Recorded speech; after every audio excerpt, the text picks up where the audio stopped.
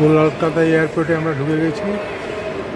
Air India 2747-এ আমরা port Blair যাব। এই গেট দিয়ে আমরা ঢুকে গেলাম। নমস্কার বন্ধুরা, এবারের এই আন্দামানের ভ্রমণের ভিডিওতে সকলকে স্বাগত জানাই। আমরা এই ভিডিওতে প্রথমে দেখে নেব সেলুলার জেল। হয়েছে তো ঠিকঠাক? ভালো হয় জায়গা পেয়েছি। হ্যাঁ, অল স্টপ কিনা জিজ্ঞেস করে তোমার ঠিক আছে? বেল বাঁধা শুরু করে দিয়েছি। রানওয়ে থেকে এবার আস্তে আস্তে ছেড়ে যাচ্ছি, কলকাতা ছেড়ে আস্তে আস্তে আমরা বেরিয়ে যাচ্ছি পোর্ট ব্লেয়ারের দিকে।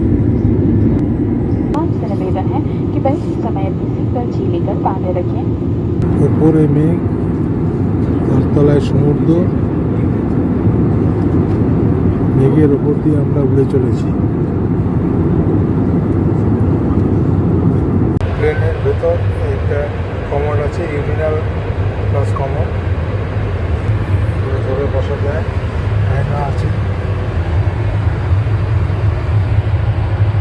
এছাড়া জলের ব্যবস্থা আছে, টিস্যু পেপার আছে, সমস্ত ব্যবস্থা এখানে আছে। পোর্ট ব্লেয়ারের দিকে আস্তে আস্তে এগোচ্ছি। ওয়েদার সামান্য খারাপ আছে, আন্দামানের দ্বীপগুলো দেখা যাচ্ছে। ওয়েদার খারাপ, তার মধ্যেও দ্বীপগুলো পরিষ্কার দেখা যাচ্ছে।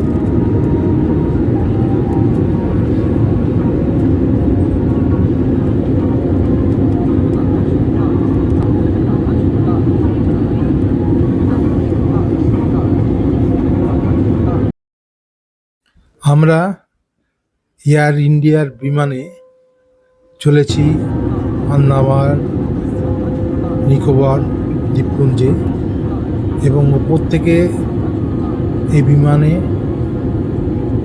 আন্দামানে প্রবেশ করার পর এই দ্বীপপুঞ্জগুলোকে পাখির চোখে এত সুন্দর দেখাচ্ছে, এই খারাপ আবহাওয়ার মধ্যেও সেটা সত্যি অতুলনীয়।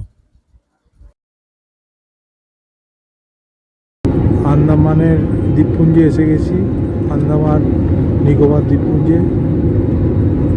পোর্ট ব্লেয়ার আর কিছুক্ষণের মধ্যেই পোর্ট ব্লেয়ারের নামলাম। মেঘের আড়াল থেকে যখন বিমান নেমে আসছে আন্দামানের পোর্ট ব্লেয়ারে, তখন সবুজ আরো সবুজ হচ্ছে।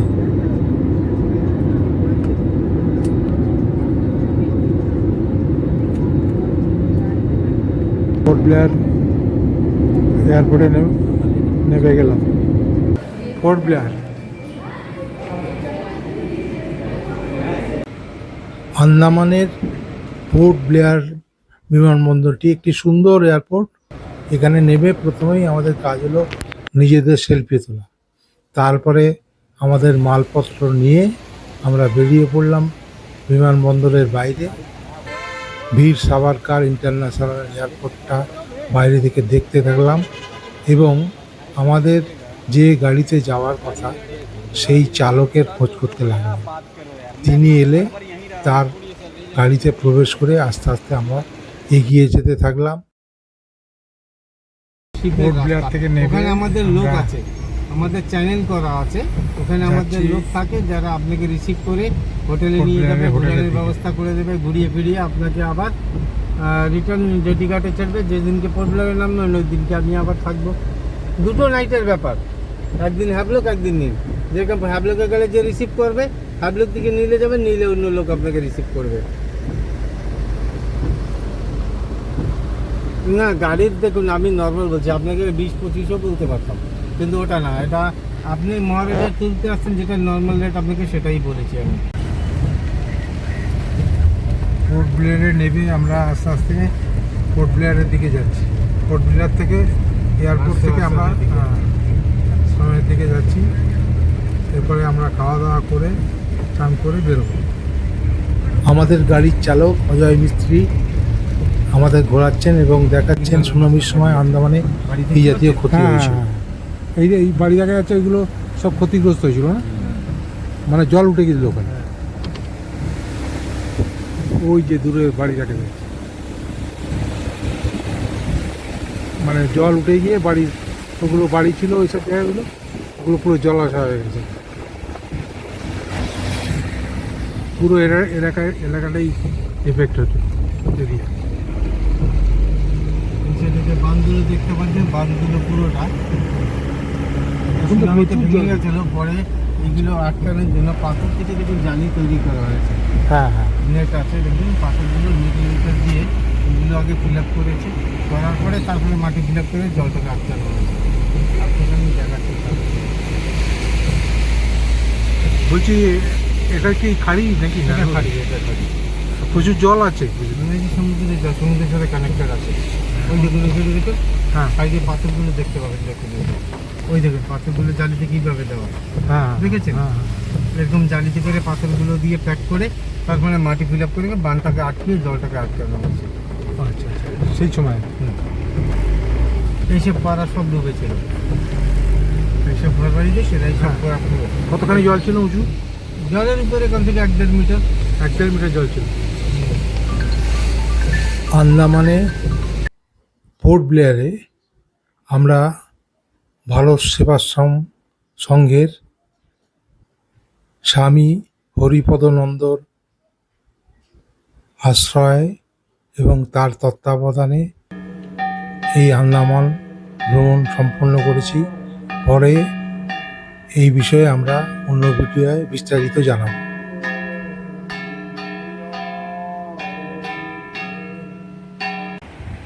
ভারত সেবা সংঘের আবাস থেকে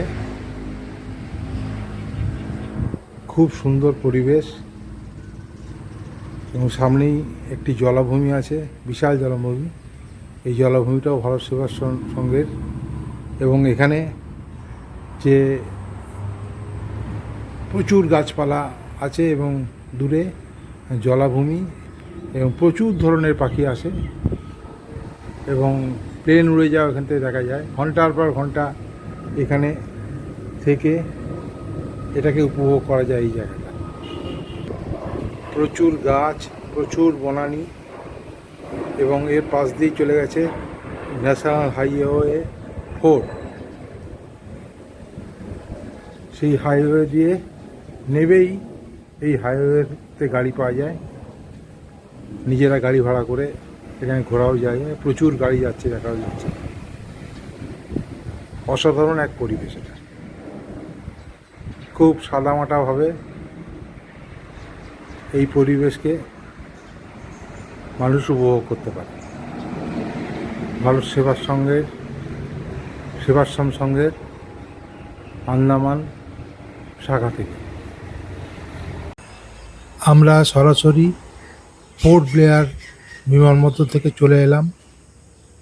পোর্ট ব্লেয়ারের ভারত সেবাশ্রম সংঘের আশ্রয়ে সেখানে বেশ কিছুক্ষণ বিশ্রাম নিলাম, জিনিসপত্র রাখলাম এবং সেখানকার আশপাশের অপূর্ব প্রাকৃতিক দৃশ্য দেখে বেরিয়ে পড়লাম সেলুলার জেল দেখতে। এটা হচ্ছে কলকাতা হাইকোর্টের সার্কিট ব্রাঞ্চ।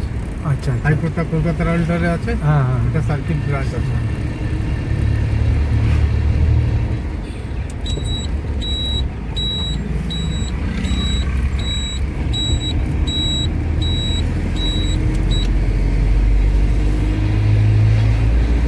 আন্দামানে আমরা সেলুলার জেলের দিকে যাচ্ছি, পোর্ট ব্লেয়ার। এখনো ঘন্টা বাজে এখনো ঘন্টা।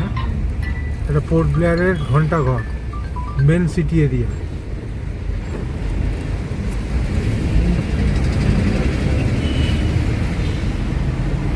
সিটির মেন সেন্টার। সিটির মেন সেন্টার। এখানে চৌমুখী রাস্তা আছে, হ্যাঁ যেখানে ওইদিকে অনওয়ে আছে নামার জন্য। হ্যাঁ এই দেখুন এদিকে রাস্তা, ওদিকে রাস্তা, এদিকে চৌমুখী রাস্তা। চৌমনি।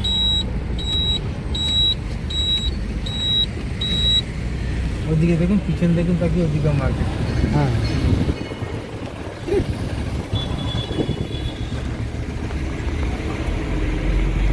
আমরা সেলুলার জেলের কাছে চলে এসেছি, এবার সেলুলার জেলে ঢুকবো। আমরা ঐতিহাসিক সেলুলার জেলের সামনে দাঁড়িয়ে আছি। এখন সেলুলার জেলে এসেছি, এই সেলুলার জেল, বাইরে থেকে সেলুলার জেল দেখছি। সেলুলার জেলের ওপরে জাতীয় পতাকা উঠছে। এই সেলুলার জেল, ভিড় আছে ভালোই। সেলুলার জেলে স্বাধীনতা সংগ্রামীদের উপর ব্রিটিশ শাসকদের হৃদয় বিদারক অত্যাচার মনকে নাড়িয়ে দেয়। ভেতরে মিউজিয়াম। আন্দামানের সেলুলার জেলের ইতিহাসের ছবি মিউজিয়ামে ভারাক্রান্ত হৃদয়ে দেখতে থাকি। এরপরে মিউজিয়ামের যারা অধিকর্তারা তারা ডেকে নেন এবং আমাদের সামগ্রিক বিষয় বুঝিয়ে দেওয়ার চেষ্টা করেন। আমরা সেটা এখন তাদের মুখেই শুনে নিই। ये एक्चुअली जेल का एडमिनिस्ट्रेटिव ब्लॉक है जो देख रहे हैं आप लोग, और देखिए मॉडल में ये है एडमिनिस्ट्रेटिव ब्लॉक। अब इसको दो हिस्से में पार्ट जो है इसका ये है गैलरी, इसके नेक्स्ट हाफ जो है फ्रीडम फाइटर्स की फोटो गैलरी।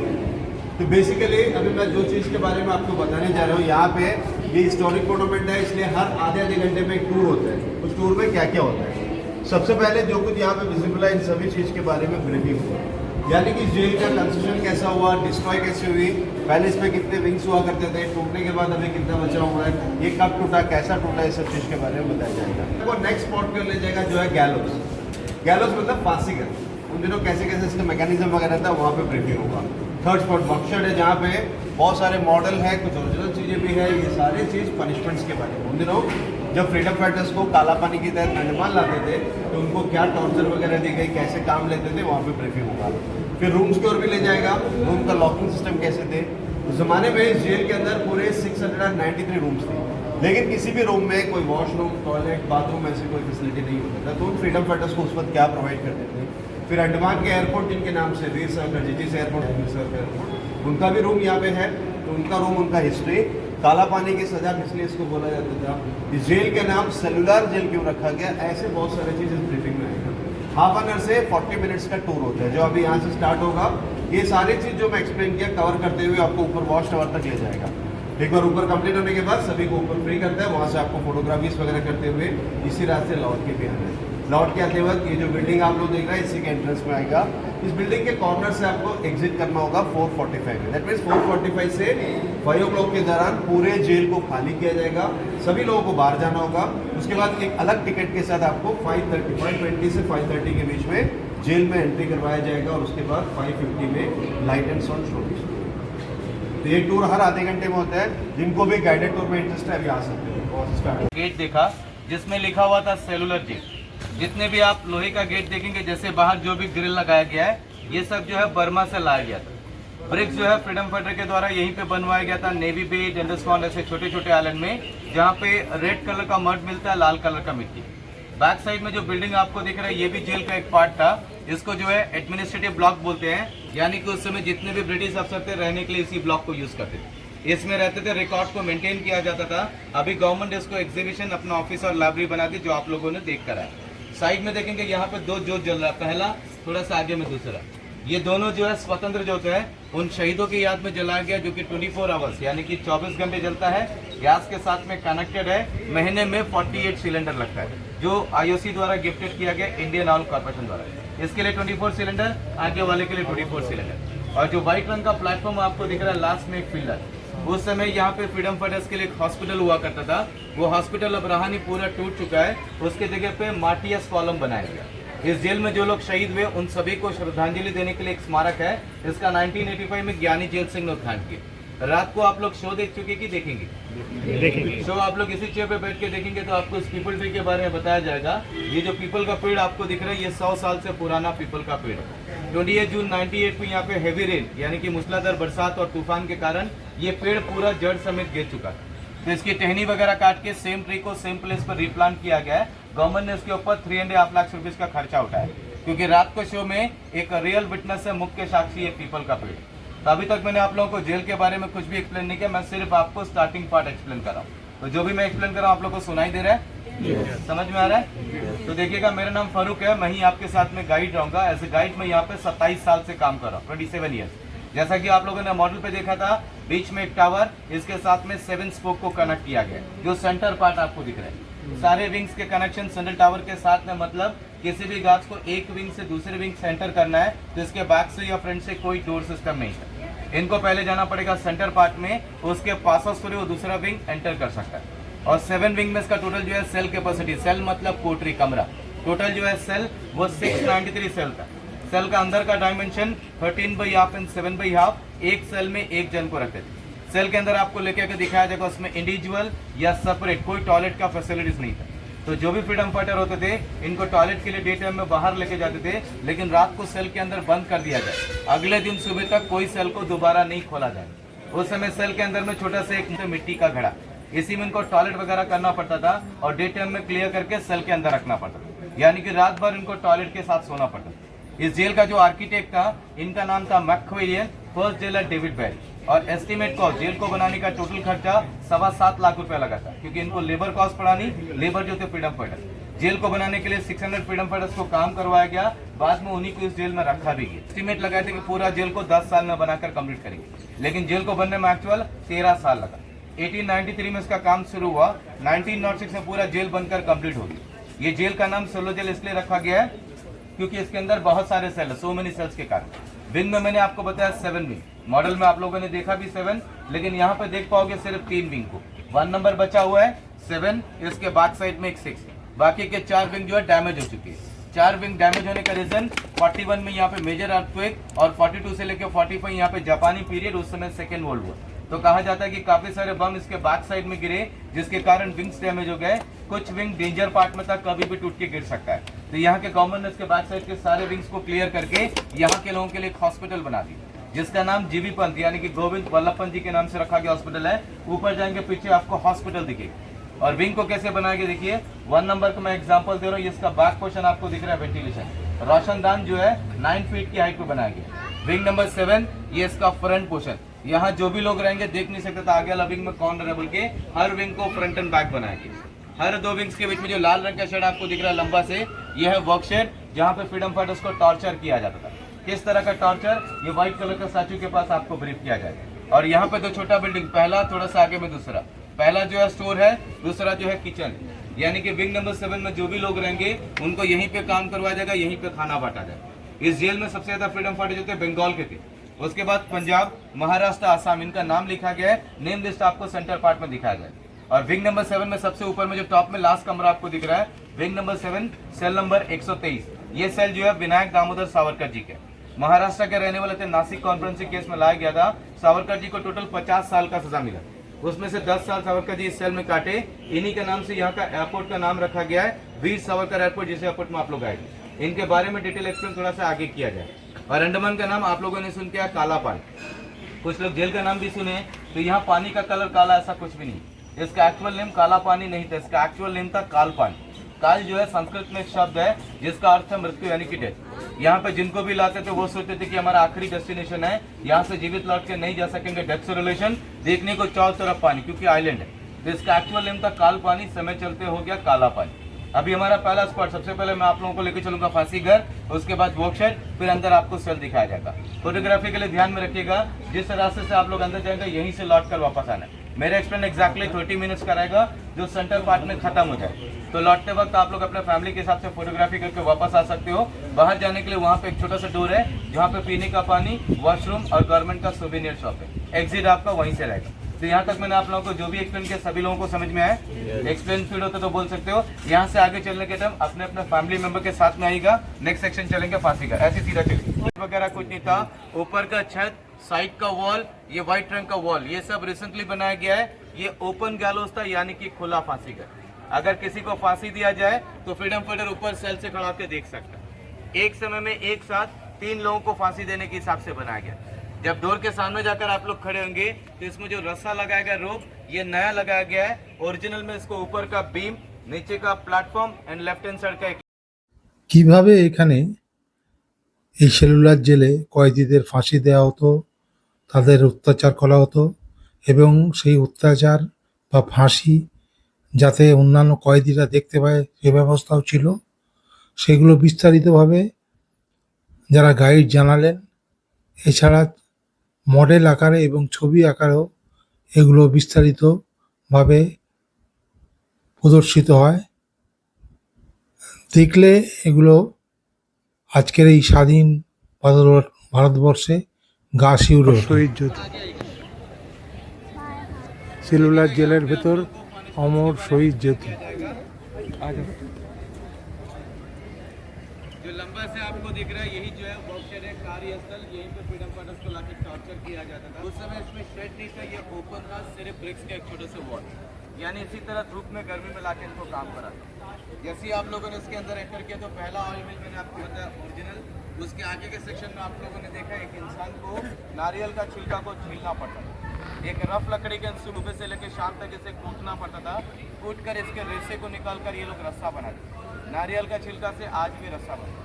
इतना रफ लकड़ी के इंस्ट्रूमेंट होते थे जिसे कूटते वक्त कहा जाता है कि इनके हाथ में पूरा छाला यानी कि पूरा हाथ कस कर निकल जाता। सुबह से लेकर शाम तक इनको कूटना पड़ता। उसके बाद जो नारियल होता था उसको तोड़कर ये लोग धूप में सुखाते थे। ड्राई कोकोनट, सूखा नारियल जिसको बोलते हैं कोकरा, वो ऑयल मिल के अंदर में डाला जाता है। इसके बाद में मैंने आप लोगों को बताया लोहे के काफी सारे वेट लगाने का रीजन ये था कि इसके अंदर जो कोकोनट डालता था यहीं बांध के मारा जाता था। इसे इंग्लिश में फ्लॉगिंग फ्रेम कहा जाता है। मारते वक्त सिस्टम ऐसा होता था कि first of all freedom fighters को टोटली नेकेड किया जाता था, यानी कि शरीर से पूरे कपड़े निकाल दिए जाते थे। उसके बाद इनके हैंड्स, वेस्ट एंड लेग्स यानी कि हाथ, कमर और पाँव तीनों चीज को बांध देते थे। एक कपड़ा लेते थे उसलिए नॉर्मली फ्रीडम फाइटर 7 से 10 बेद खाने के दौरान अपना होश खो देता था। साथ में एक डॉक्टर होता था, पूरा मेडिकली चेकअप करके दोबारा होश में लेके आके 20 से लेकर 30 बेद यानी कि 20 to 30 टाइम्स एक ही जगह पे हिट किया जाता। ये यहाँ का सबसे ज्यादा टफ पनिशमेंट था। इसके बाद मैंने आपको बताया लास्ट सेक्शन, सभी लोगों ने ध्यान से देखा। 4 तरह के पनिशमेंट मैंने आपको बताया। पहला जो ड्रेस था उसको बोलते हैं पनिशमेंट ड्रेस, हिंदी में कहा जाता है टाट का वर्दी, पूरा बस्ते यानी बोरे का होता है घोनी बैग। यहाँ पे एक फ्रीडम फाइटर को दूसरे के साथ बातचीत करना अलाउड नहीं। अगर कोई भी एक दूसरे से, एक गार्ड वहाँ पे आराम करता था, एक गार्ड यहाँ पे खड़ा होकर ड्यूटी करता था। इनका शिफ्टिंग ड्यूटी जो है फ्रिक्शन ऑफ सेकंड मोर से केवल के पहला साल गार्ड लोग को आराम करने के लिए बनाया गया। ये पूरा रो को देखने के लिए एक ही गार्ड स्टैंड होता था। एक विंग में सिर्फ 3 गार्ड लगते थे, first floor and second floor. तो मैंने आपको बताया टोटल 7 विंग, 3 into 7 कर दीजिए 21 गार्ड जोर में। वॉच टावर में 2 गार्ड यानी कि 700 लोगों को देखने के लिए सिर्फ 23 गार्ड का जरूरत है। 23 गार्ड सफिशिएंट पूरा जेल को आराम से वॉच कर सकते। जब आप लोग सेल देखने जाओगे तो सेल के सामने खड़े होने से पहले आप देखेंगे लेफ्ट हैंड साइड में उल्टे हाथ की तरफ में इसका लॉकिंग सिस्टम, काफी स्ट्रॉन्ग लॉकिंग सिस्टम था। बहुत दूर से लॉक करते थे। कहा जाता है कि लॉक करने के बाद जो फ्रीडम फाइटर सेल के अंदर होगा। সেলুলার জেল যাওয়ার উপরে 3টে ফ্লোর, তার সেকেন্ড ফ্লোরে আমরা যাচ্ছি সেলুলার জেল। এই সেলুলার জেলের ভেতর দিয়ে যে বারান্দা, সেই বারান্দা দিয়ে আমরা যাচ্ছি আস্তে আস্তে। এই হচ্ছে সেলুলার জেল, সেলুলার জেল। এবং এর যে কড়াগুলো সেগুলো এটার সঙ্গে যুক্ত ছিল, বেশ কিছুটা দূরে থাকতো, যার ফলে এদিক থেকে যারা কয়েদিরা বা দেশপ্রেমিকরা যারা থাকতেন তাদের পক্ষে কোনো মতেই সম্ভব ছিল না এই জায়গায় আসা। এই দেখুন সেলুলার জেলের কক্ষ, ওপরে অনেক উঁচুতে একটি মাত্র জানলা থাকতো। আর এইটা হচ্ছে পুরো এই ওপর থেকে নিচে এই হচ্ছে জায়গা। এটা দিয়ে ঢুকিয়ে সেলে আটকে রেখে দেওয়া হতো। আর এখানে কোনো কিন্তু বাথরুম, পায়খানা ইত্যাদি কিছু ছিল না, এর মধ্যেই দেশপ্রেমিকদের রাখা হতো। এই সেলুলার জেল দেখলে মনে হয় এটা এতই নিষ্ঠুর এবং ভয়ঙ্কর যে যারা এখনো ব্রিটিশের বন্দনা করে তাদের উচিত এখানে ভরে রাখা। এই সেলুলার জেলের বারান্দা, আর দুপাশে এক পাশে বাইরে বারান্দা আর এক পাশে কয়েদিদের থাকার ঘর, যেখানে কোনো টয়লেটের ব্যবস্থা ছিল না এবং একটি মাত্র জানলা ছিল যেখানে। এই সেল দেখতে দেখতে আবেগতাড়িত আমাদের একটাই বক্তব্য, প্রত্যেক ভারতবাসীর এখানে আসা উচিত। বীর সাভারকার সেল।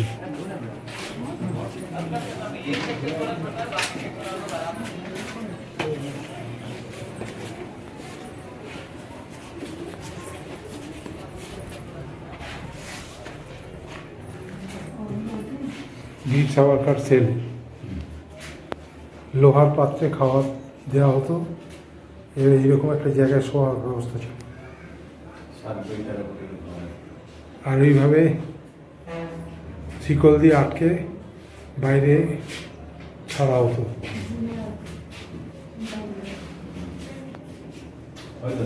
এই ঐতিহাসিক স্থান পর্যবেক্ষণে বারে বারে গা শিউরে ওঠে। বিভিন্ন ঘটনার পরিপ্রেক্ষিতে মনে হয় আমরা সত্যিই কি স্বাধীনতার মর্যাদা রাখতে পারছি। এটা সেলুলার জেলের টাওয়ারে ওঠার সিঁড়ি। একদম উপরে এই টাওয়ারে উঠে সেলুলার জেলের চারপাশটা দেখে নেওয়া যায়। আন্দামানের সেলুলার জেল থেকে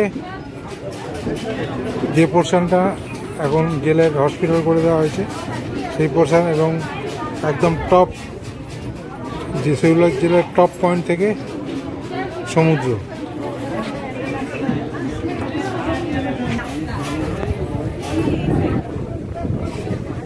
সেলুলার জেলের টপ থেকে সমুদ্র এবং সেলুলার জেলের যে উইং, সেই উইংটা দেখা যাচ্ছে। 7টা উইং ছিল, এখন 3টে উইং দেখা যায়। বাদবাকি উইংগুলোকে অন্য কাজে ব্যবহার করা হচ্ছে, যেমন হসপিটাল ইত্যাদি। আন্দামানের সেলুলার জেলের বিভিন্ন অংশ আমরা দেখার চেষ্টা করলাম এবং দেখাবারও চেষ্টা করলাম।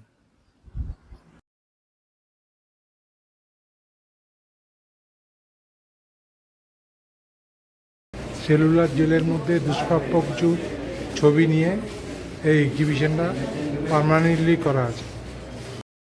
আন্দামানের সেলুলার জেল দেখে আমরা এখন কর্বিন্স বিচে চলে যাব, তারপরে আবার আমরা ফিরে আসব এই সেলুলার জেলে।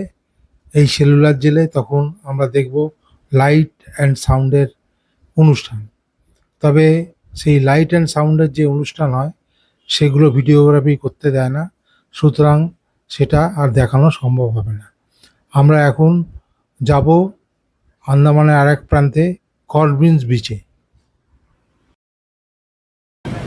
পোর্ট ব্লেয়ারের কর্বিন্স বিচ,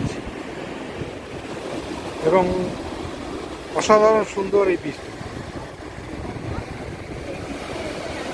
গোল হয়ে ঘুরে এসছে বিচটা, খুব সুন্দর।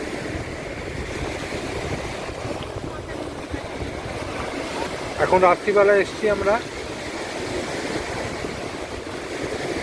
কিন্তু ঢেউও যেমন সুন্দর এবং জায়গাটাও খুব ভালো।